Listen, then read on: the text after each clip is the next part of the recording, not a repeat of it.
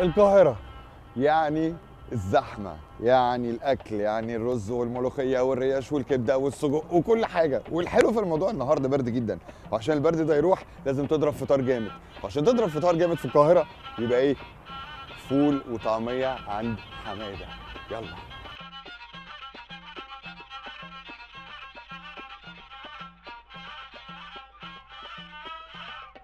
حمادة أسطورة الفول والطعمية في شيراتون، هتأكلنا إيه النهاردة؟ النهارده انا هاكلك الحاجه المصريه اللي الناس كلها معروفه عنها. الله. اللي هو الفول الحلو والحار والطحينه. تمام. اللي هي موجوده من قديم الازل، اللي هو خلاص مش هتتغير. تمام. بعيد عن الحاجات الموجوده كلها، اللي هو طعم الفول الاصلي الموجود. البيض بالطحينه آه. بالدقه ده مختلف. الله. الحاجه اللي هي خلاص الله. اساس. طب إيه بقى؟ يلا. يلا. يلا بينا. ده احلى طبق فول حار. فول حار ماشي. طبق فول حلو. الله. تمام. باذنجان وفلفل. هو ده الكلام. ايوه. بيض بقى متقطع وعليه طحينه. طب يا جماعه، والله العيش فريش. طيب الفرق بقى ما بين الاثنين ايه؟ في فول حار وفي فول زيت عادي. الطعم الاكتر في الفول الحار. طبعا الكود بتاع الفول في مصر تطبيقه العيش. تضرب تطبيقه العيش. بصوا يا جماعه، في قطمه اسمها قطمه السعاده في البرد. هي دي قطمه السعاده في البرد مع البصل. في البرد الموضوع معدي. الفول تدمسته نفسها بالزيت اللي فيه، مش محتاج تحط عليه ليمون اصلا. الفول بالزيت الحار ده بزيت الكتان. كان زيت الكتان يا علي؟ بذرة الكتان. فالفول ده احسن بكتير بصراحه. خلينا ايه نجرب الفول التاني دلوقتي. الفول التاني ده بالزيت العادي. عايزين رايي الشخصي؟ انا بحب الفول بالزيت الحار. ندخل بقى في ايه؟ في المرحله الثانيه، وهي احلى حاجه عنده انا بحبها عامه، البتنجان المخلل. نخلل بيحط عليه دقه وميكس عطاره. البتنجان يا جماعه معدي.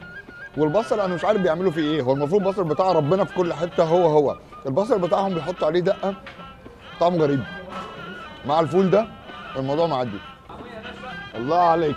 دي طعميه سبايسي. حرقه محشيه دقه وشطه وتتبيله جميل قوي، تعجبك قوي. شايف الدخان ولا مش شايف الدخان؟ اهي سخنه اهي. وعلى فكره الطعميه في مصر بتتعمل بطريقه مختلفه تماما عن الطعميه في الخليج او في حته ثانيه.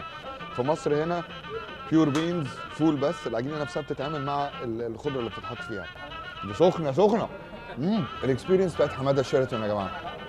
اما تيجوا هنا اطلبوا 3 حاجات: فول بالزيت الحار، البيض اللي بالطحينه، البتنجان المخلل، وبصل بقى. كل بصل على قد ما تقدروا يعني. الغدا هيكون فين؟ يلا بينا نشوف.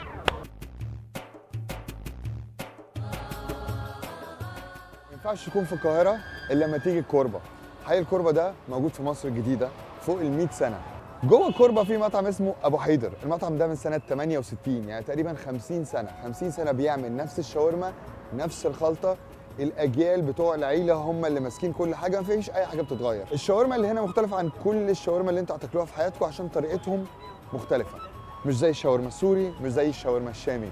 نروح ناخد بقى سناك خفيفه كده قبل ما نروح ندب الغدا بتاع النهارده. سندوتشين كده ايه في السريع. يلا. الفرق ما بين الشاورما بتاعت ابو حيدر والشاورما اللي موجوده في اي حته اذا كانت في السعوديه او في دبي وكده، في ستايل الشاورما السوري وفي ستايل الشاورما اللي هي المصري الاصليه. ابو حيدر بيعمل الشاورما الاصليه، واحلى عيش عنده. هو عنده طبعا كذا نوع عيش، بس احسن عيش عنده هو العيش الكايزر بتاعه. الساندوتش بتلاقوه صغير جدا كده، ممكن تاكل منه 200 300 براحتك، مفيش اي مشاكل. انا عن نفسي بفضل العيش الصغير من هنا. الخلطه بتكون مختلفه عن الشاورما الشامي او الشاورما السوري. انا مش متحيز ومش عشان من مصر هقول الكلام ده، بس بجد احلى شاورما هتاكلوها. وجاءت اللحظه التاريخيه اللي انا كل ما باجي القاهره لازم اعملها طبعا. الحلو في الشاورما دي طبعا انتوا ما تتخضوش من العدد اللي انا طلبته. انا طالب 6، وزي ما قلت لكم ده سناك صغير. لو انا هاكل الموضوع هيعدي ال6 بصراحه. اللحمه نفسها 100% بيور بيف. اللاير اللي فوق الشاورما بس هي اللي بتكون لام عشان تدي الفليفر الرهيبه اللي بيعملوها. ايه السر بقى في الطعم بتاعهم ده؟ الساندوتش الكايزر، وده احسن عيش يا جماعه. هي دي الشاورما. كل حاجه بتاكلوها تانية وفاكرين ان انتوا بتاكلوها تانية، ده انسوا الكلام ده. الفاتس مع طعم اللحمه مدي فليفرز غريبه. بقدونس، الطماطم، البصل، الحاجات المحطوطه بمعايير ان انت مفيش طعم يغطي على الطعم التاني. في حاجه تانية اما تيجوا هنا كمان وانت بتاكل شاورما بقى في ابو حيدر، اوعى تنسى حاجه مهمه جدا: المانجا بتاعته يا جماعه. بصوا المنظر، بصوا المنظر. عايز تاكل شاورما تيجي ابو حيدر. هتيجي القاهره عايز تشرب مانجا، تعالى ابو حيدر، اضرب شاورما واضرب مانجا ومش هتندم. باي. واخيرا جاء ميعاد الغداء اللي الواحد مستنيه، نجري على الترابيزه بسرعه قبل ما الدنيا تبوظ مننا. يلا. احلى بسبوسه موجوده في مصر كلها، ان في واحد حمص هيطلع رهيب رهيب دلوقتي، من احلى سندوتشات السجق اللي اكلتها.